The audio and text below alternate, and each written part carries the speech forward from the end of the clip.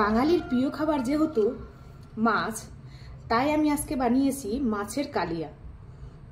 তবে যদি আপনিও বানাতে চান তাহলে কিন্তু ভিডিওটা আপনাকে দেখতে হবে আর আমার চ্যানেলটা কিন্তু সাবস্ক্রাইব করতে হবে।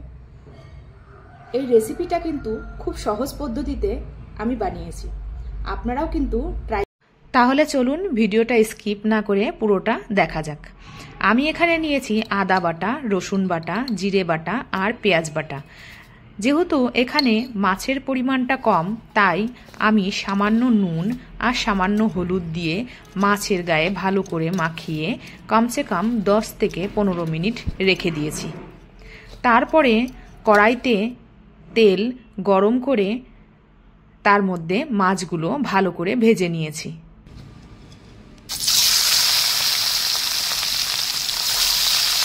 অবশ্যই খেয়াল রাখবেন যে কড়াইটা যেন ভালো গরম হয়, না হলে কিন্তু কড়াইতে মাছগুলো লেগে যাওয়ার সম্ভাবনা থাকে। মাছগুলো আমি ভালো করে ভেজে নিয়েছি।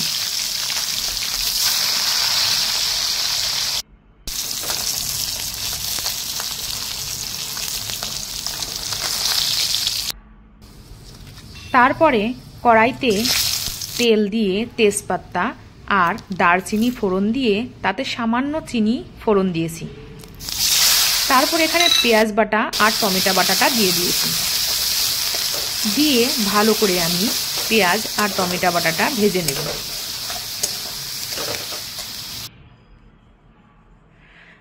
তারপরে কাঁচা লঙ্কা দিয়ে দেব।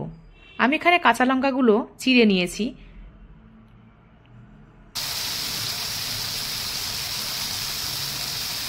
তারপরে সামান্য নুন, সামান্য হলুদ দিয়ে মশলাটা ভালো করে কষিয়ে নেব।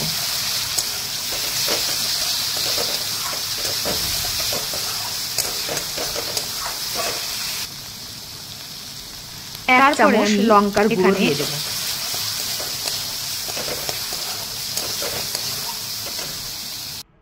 সামান্য ভাজা হয়ে গেলে আমি এখানে জিরে বাটা, আদা বাটা আর রসুন বাটাটা অ্যাড করব।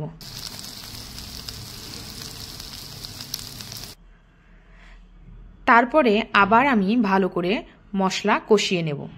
মশলা ততক্ষণ কষাতে থাকবেন যতক্ষণ না মশলা দিয়ে তেল বের হচ্ছে। সামান্য জল দিয়ে আমি আবার ভালো করে মশলাটা কষিয়ে নেব।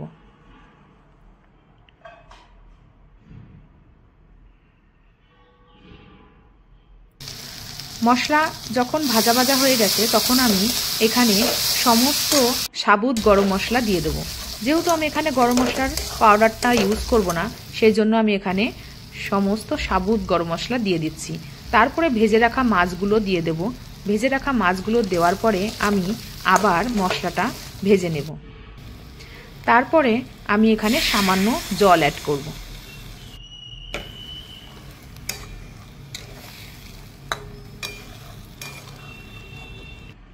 তারপরে মশলাটা ফুটে উঠলেই আমি নামিয়ে নেব।